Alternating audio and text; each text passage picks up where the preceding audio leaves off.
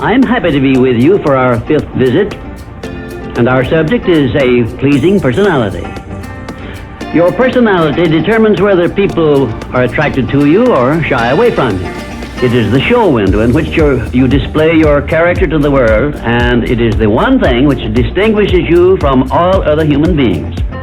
It is your trademark by which people recognize you, and it is the thing which determines your success or failure in selling yourself through life.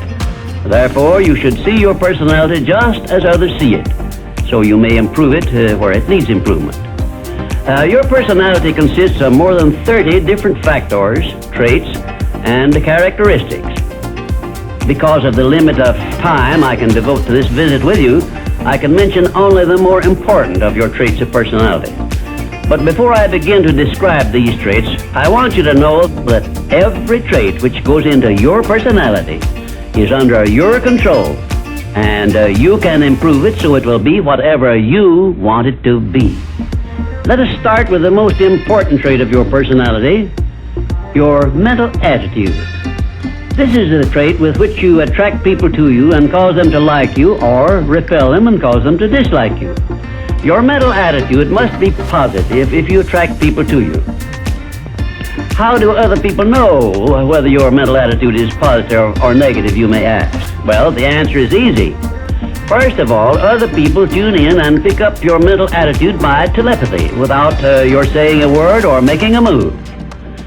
But there are other ways they can tell whether your mental attitude is negative or positive. You disclose this information by the tone of your voice, whether it is pleasant or harsh, by the expression on your face, whether it is soft and pleasing or harsh and scowling, by the courtesy and consideration you show other people, or the lack of these. So you see, there is no escape from revealing to others the exact nature of your personality. The next most important trait of your personality consists of your flexibility of your mental attitude or your lack of it. If you have flexibility, you adjust yourself to all the circumstances in your relations with others without losing your composure or allowing yourself to become irritable or angry. Just remember, if you have flexibility of your mental attitude, it will be impossible for anyone to make you angry or to irritate you without your consent or cooperation. Now, this is worth knowing, isn't it? You cannot control the actions of other people which might justify you becoming irritated by them, but you can control your reaction to all such circumstances by exercising your trait of flexibility. And you will observe that all people in the higher brackets of success have this flexibility, and they do control their reaction to the influences of other people. The third most important trait of a pleasing personality is the ability to control and direct your emotion of enthusiasm. Enthusiasm is one of the means by which you can give forcefulness to your words, but you must be able to turn it on and off at will as definitely as you can turn on and off water at the spigot. Uncontrolled enthusiasm often makes people boresome. It also may open wide the window to one's mind through which other people may enter and influence one in ways he does not wish to be influenced. The fourth most important trait of a pleasing personality is a sincerity of purpose. The person who is not sincere in all relationships with others is soon detected and rejected, because no one is attracted to the person who thus endeavors to deceive others. Sincerity is one quality of character which cannot be successfully faked, not even by the most astute rascal or the most efficient actor, because insincerity evermore carries with it some warning sign which other people recognize. You have only to go back into your own experience with insincere people to prove the truth of what I have stated. There are 26 other important traits which give one a pleasing personality, but I do not have time to give them to you in this visit. Now let us turn our attention to some of the common habits which destroy a pleasing personality. Please check yourself as I describe these negative habits, and you may make discoveries about yourself sufficient to enable you to rebuild your entire personality so it will become a master salesman in your behalf. 1. One of the most destructive habits which make one's personality objectionable is that of breaking in and running away with the conversation when others are speaking. And 2, sarcasm, expressed by insinuations and wisecracks which are not so wise, is near the head of the list of habits which give one a negative personality. And 3rd, vanity expressed by either words or actions is sure to make one unpopular. And 4, indifference in listening while others are speaking is sure to be noticed and resented. It is more profitable to be a good listener than it is to be a good talker, because one is always apt to learn something while listening to others, but never learns anything from hearing himself talk. 5, the attempt to flatter where flattery is obviously not deserved will bring quick resentment from others. Also, it will put them on notice, if they are wise, that the flatterer wants something he perhaps should not get. And 6, the habit of finding fault with the world at large and people in general is never a popular habit, and it is no part of a pleasing personality. It is far better to direct conversation to the circumstances and things which are right than to complain of those which one believes to be wrong.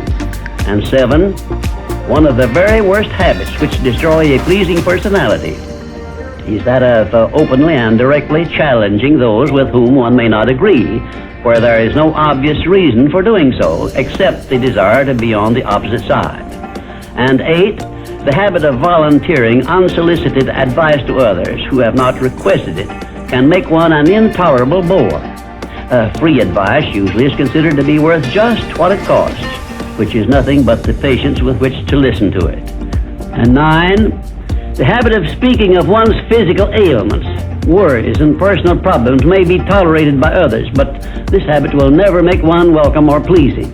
If you wish to make yourself welcome in your relations with others, manage to talk about things which interest and concern those to whom you are speaking. You will never be boresome to the person to whom you are speaking of himself and the things which interest him, a truth which all master salesmen understand and respect. And 10, the habit of endeavoring to convey an impression of superiority through the use of words and topics unfamiliar to others is a surefire destroyer of popularity. If you wish to sell yourself to others successfully, you must negotiate with them on their own level through terms which they understand. And 11, envy of those who are successful is a trait which destroys a pleasing personality. The truly great men and women have all been known to be generous, sympathetic, and joyous in connection with the good fortunes of others. And 12, slovenliness in body, posture, and in clothing never attracts but always repels others. Clothes make not the man, as has been said, but they surely give him a mighty good start if they are appropriate and properly worn. Carelessness in body carriage and posture is immediately traceable to a negative mental attitude. If you are free from these 12 common habits which make one unpopular, you probably have a very pleasing personality.